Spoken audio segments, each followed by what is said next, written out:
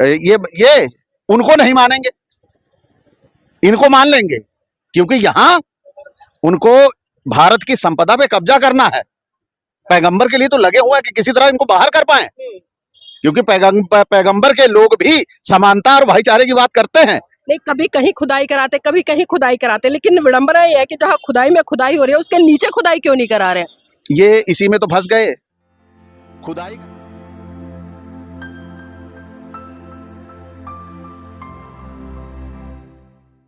जो ललई सिंह यादव थे वो पागल थे, मूर्ख थे, इसलिए वो इस दिशा में चले गए और उन्होंने समाज को भी भ्रमित किया। इस पर क्या कहेंगे? ये कुछ निरक्षर लोग हैं जिनको ये ज्ञान नहीं है, जो अपनी परंपरा का, अपनी विरासत का ज्ञान नहीं है, वो ये बोल सकते हैं। क्योंकि इधर हमारा बहुत बड़ा परिवार है, हमारा समाज है, हम इसको छोड़कर कैसे जी लें? अगर देखा जाए इतिहास उठाकर, तो इतिहास में जो भी लड़ाइयां लड़ी गई हैं उनमें यादवों की प्रमुखता से हिस्सेदारी रही है। एनबी न्यूज 24/7 नीलम बोध के साथ।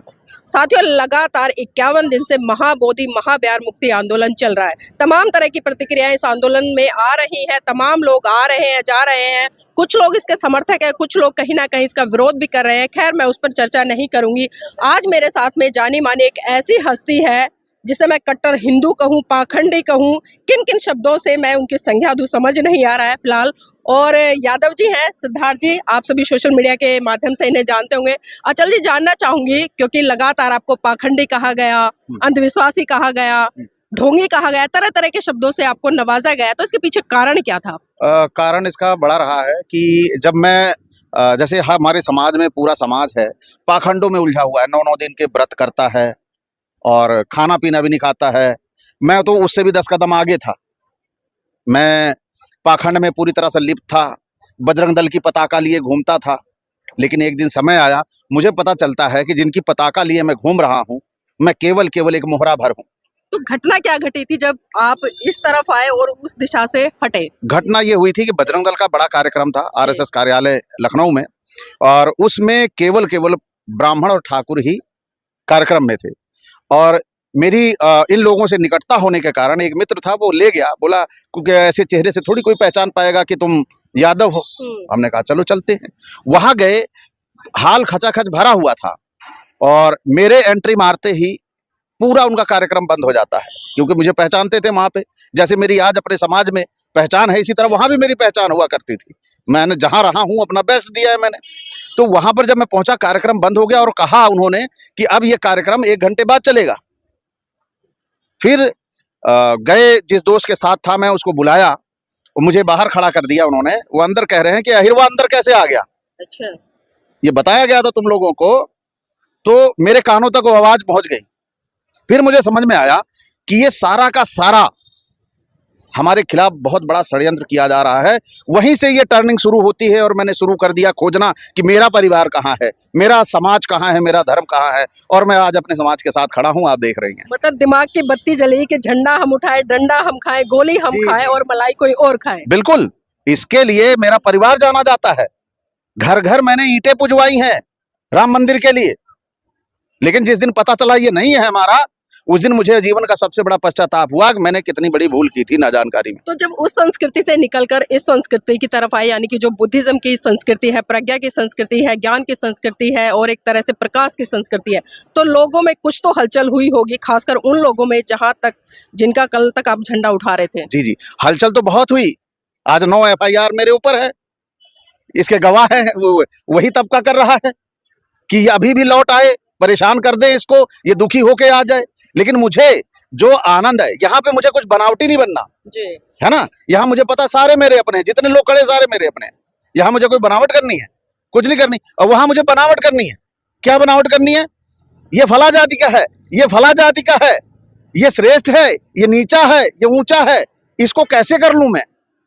यादव जी, लगातार एक सवाल उठता है, क्योंकि ललई सिंह यादव की जब हम बात करते हैं तो एक क्रांति, एक जुनून और कहीं ना कहीं वो दृश्य सामने आ जाता है जब उन्होंने वो आंदोलन किया होगा। और आज बहुत सारे यादव समाज के लोग कहीं ना कहीं ये कहते नजर आते हैं कि जो ललई सिंह यादव थे वो पागल थे, मूर्ख थे, इसलिए वो इस दिशा में चले गए और उन्होंने समाज को भी भ्रमित किया। इस पर क्या कहेंगे? ये कुछ निरक्षर लोग हैं जिनको ये ज्ञान नहीं है, जो अपनी परंपरा का, अपनी विरासत का ज्ञान नहीं है, वो ये बोल सकते हैं।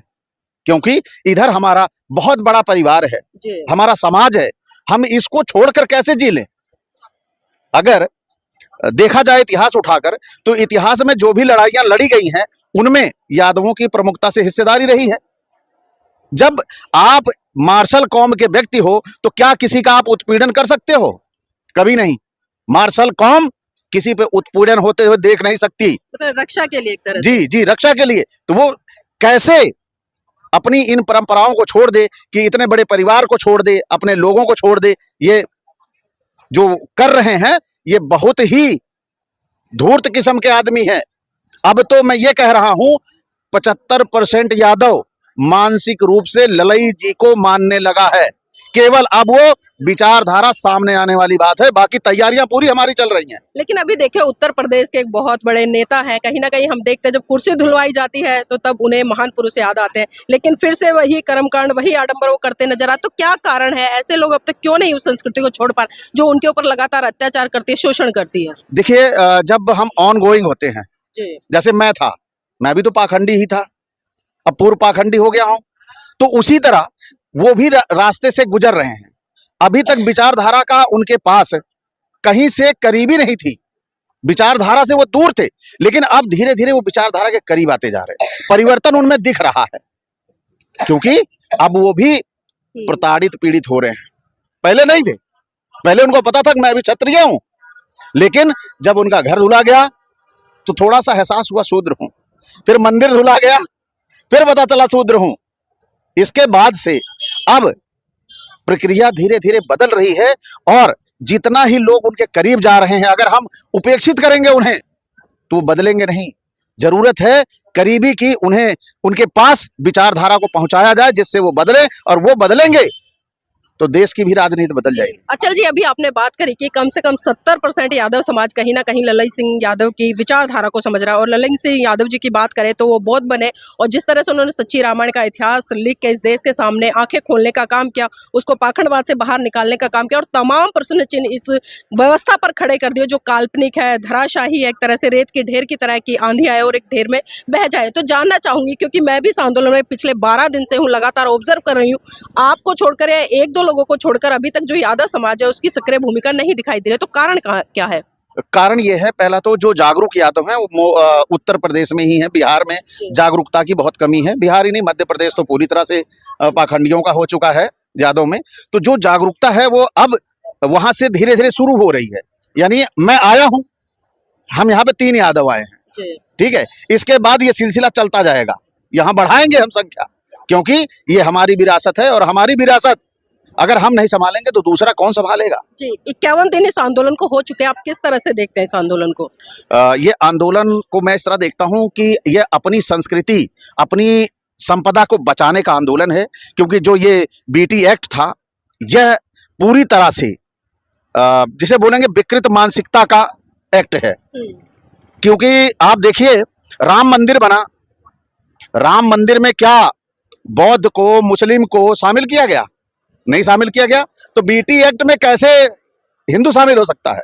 नहीं, वो तो कह रहे हैं ना कि जो भगवान बुद्ध है वो विष्णु का अवतार है, कोई 13वां बता रहा है, कोई 8वां बता रहा है, कोई 12वां बता रहा है, और एक महाशय जी मिले, उन्होंने तो यहाँ तक कह डाला कि 24वें अवतार है। अभी 10 लोग मिलके मुझे कह दे कि मैं विष्णु का अवतार हूं, तो क्या वो मान लेंगे? ये सिद्ध करना पड़ेगा उन्हें कि विष्णु के अवतार वो कैसे थे। ये गपोले गा देना आसान है। नहीं, कल को अगर कोई ये कहता है कि ये जो पैगंबर है वो भी विष्णु के अवतार है, तो क्या उस बात को ये मान लेंगे? ये उनको नहीं मानेंगे, इनको मान लेंगे, क्योंकि यहाँ उनको भारत की संपदा पे कब्जा करना है। पैगंबर के लिए तो लगे हुए हैं कि किसी तरह इनको बाहर कर पाए, क्योंकि पैगंबर के लोग भी समानता और भाईचारे की बात करते हैं। नहीं, कभी कहीं खुदाई कराते, कभी कहीं खुदाई कराते, लेकिन विडंबना ये है कि जहाँ खुदाई में खुदाई हो रही है उसके नीचे खुदाई क्यों नहीं करा रहे? ये इसी में तो फंस गए, खुदाई कराने पे ही फंसे। खुदाई करा रहे थे, बुद्ध जी निकलते थे, खबरें आ जाती थी, अब ये खुदाई के भी पक्षधर नहीं है, अब ये खोदेंगे भी नहीं। नहीं, क्योंकि अभी हम देख रहे थे जब से बीटी एक्ट का ये आंदोलन शुरू नहीं था उससे पहले तमाम मस्जिदों को खोदने की बात की जा रही थी, लेकिन जब से बीटी एक्ट का ये आंदोलन मजबूत हुआ है कि महाबोधि महाब्यार मुक्ति आंदोलन है और बौद्ध विरासत को बचाने की बात करें, तब तक देख रहे हैं हम भारत में आरएसएस की तरफ से या भारतीय जनता पार्टी की तरफ से उन मस्जिदों की खुदाई इन्होंने बंद करा दी है। देखिए ये कराएंगे, मैं कह रहा हूं अगर ये आंदोलन और तेज हो गया तो इतने दहशत में हो जाएंगे, हवन कुंड का गड्ढा नहीं खोदेंगे ये। मतलब डरे हुए हैं जी, हवन कुंड का गड्ढा नहीं खोदेंगे ये। अब खुदाई की तो बात ही छोड़ दीजिए। जी। चलिए, जानना चाहूंगी क्योंकि आप यादव समाज से रहे हैं लेकिन अभी वर्तमान में बौद्ध है, तो मैं पुरानी पहचान पर बात नहीं करूंगी। अभी नई दिशा में बढ़कर किस तरह से एक प्रज्ञा जाग रही है और किस तरह से ज्ञान वर्धन हो रहा है? जी, इसके लिए मैंने एक संगठन का निर्माण किया हुआ है, अखंड भारत मिशन, और उसी अखंड भारत मिशन के तहत लोगों को जागरूक करने का काम कर रहा हूं और लोगों को वास्तविक जीवन का एहसास कराना है, यही मेरा उद्देश्य है। जी, यादव समाज जो बौद्ध बन चुका है, इस आंदोलन के लिए क्या संदेश देना चाहेंगे ताकि अपनी भी हो सक्रिय भूमिका इस आंदोलन में निभा सके? संदेश यही देना चाहेंगे कि ये हमारी विरासत है, हमें अपना वजूद बचाने के लिए, अपनों के लिए एकजुट होना होगा, तभी हम इस देश में सुरक्षित संरक्षित रह पाएंगे। जी, बहुत बहुत साधुवाद आदरणीय जी हमारे साथ जुड़ने के लिए। और देखिए, तमाम मुद्दों पर हमने बात किया और खासकर अभी मैंने यादव जी से बात करी, यादव नहीं अब तो बौद्ध बन चुके हैं और कई चीजों को लेकर इन्होंने बिल्कुल खुलासा किया है, किस तरह से कट्टर एक तरह से पाखंडवादी रहे या अंधविश्वासी रहे, जो भी रहे, लेकिन आज वर्तमान समय में वो एक प्रज्ञा है, उसके रास्ते पर चल रहे हैं और कहीं ना कहीं समाज को भी एक दिशा व दशा देने का काम कर रहे हैं। तो बहुत बहुत साधुवाद है आदरणीय जी आपको इस शुभ काम के लिए। जी जी, बहुत बहुत धन्यवाद। नमो बुद्धाय, जय भीम।